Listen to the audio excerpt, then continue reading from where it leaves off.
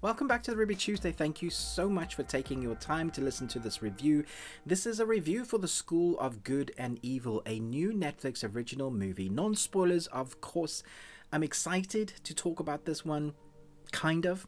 Let's jump in. Best friends Sophie and Agatha find themselves on opposing sides of an epic battle when they're swept up away into an enchanted school where aspiring heroes and villains are trained to protect the balance between good and evil. So the premise of the story I've been really excited about. They've been Netflix have been championing this particular movie. Lots of marketing in their specials when they do Netflix Geeks. It's been up there, and you've seen the cast, some big A-listers. You got Morpheus from, Lawrence Fishburne from The Matrix. You've got Charlize Theron. There is an eclectic group of interesting characters and actors, and our two leads are played by Sophie Ann, who is Sophie, and Sophia Wiley, who is Agatha. And we also have the narrator, Kate Blanchett, and Kerry Washington as Professor Duffy. I should say, first up, I'm just going to put my hand to my heart. I realized that I'm probably not the core demographic. It's probably young teens and female ones at that, but I'm not wanting to put what people view in a box. So here's me as a 40-year-old dude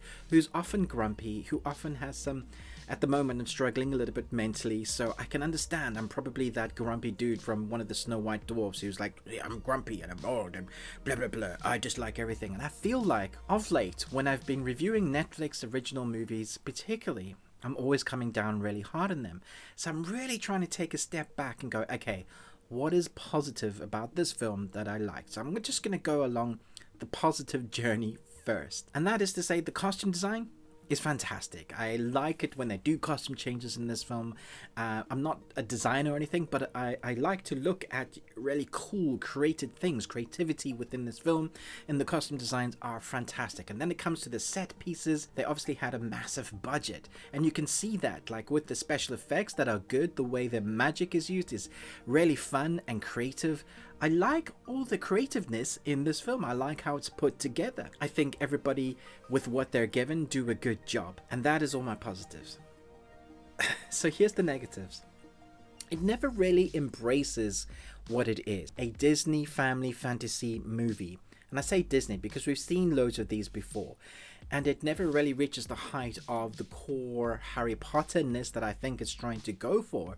It sometimes gets quite dark, and then a lot of the time it's quite cheesy. And the reason why I say it's cheesy is because the theme around this is know who you are. The world isn't black or white, that evil isn't evil and good isn't just good. And those two worlds often clash and mix over each other. Humans are not just black and white. There's an array of creativity, of colorfulness. Our minds are often not just we're evil or good or bad. Okay, so I'm rambling, but you kind of get the gist of what they were going for in this film. The thing is, because of the two classes that they have in this film, the way they've created the story or scripted the characters, none of them are likable. Even the main protagonist, who pretty much carries the film, she is the most likable character, and she's barely likable. I'm not just making this up. I'm just saying it's very hard to root for anybody in this film because they make them out to be snooty on both sides. They make them out to be unlikable on both sides. There are some interesting characters that have character quirks that are interesting, but because we don't really get any backstory or emotional depth from our characters that they showcase to us, it doesn't feel like it has any heart. So by the time stuff is happening and there's action on the screen and it feels like an MTV music video Disney-esque with Netflix money, then you're like, okay, that's cool. There is a scene that has it's a big action set piece and there's a lot going on. And my wife and I are sitting there, but I really don't care. I just don't care about what's happening on screen. So all of the stuff that I mentioned at the beginning of this review absolutely does a great job. You can see where they spent the money. The graphics are good. The way they use magic is fun. I like some of the lore because this is a story fairy tale. Fairy tales are created to keep humans in check basically and keep our fantasy and our minds going, kind of like the never-ending story, that kind of way. And so in this world, the fantasy stories are real, and so you get to see some of like King Arthur's son and Excalibur. There are moments and things like that. I thought that's very cool.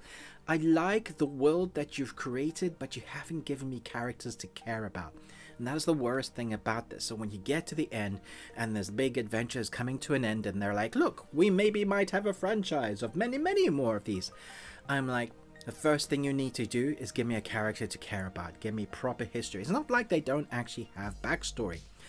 The whole film starts with our two main protagonists as in backstory. It gives us an idea of what they've been set into.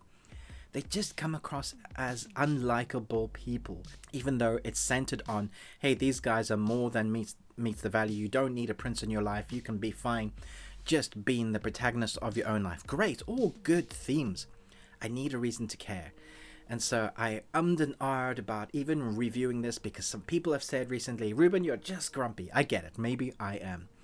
But I'm still going to give this 2 Nicolas Cages out of 5. You're just going to sit out there, aren't you? Gets 2 because of its creativity, because of the set design, because of Charlize Theron's costumes and her flamboyantness. Maybe I'm being too harsh. I'll go down the middle. 2.5 Nicolas Cages out of 5. Let me know your rating. What did you think of this? Did you really enjoy it? I really hoped at some point they would burst out into a musical and just really like do song and dance. It seemed like a stage set for something to happen and nothing really happened. Does that make sense? I'll stop rambling now. Thanks so much for watching this. Let me know your thoughts down below, but most of all, until next time, remember, live long and Tuesday.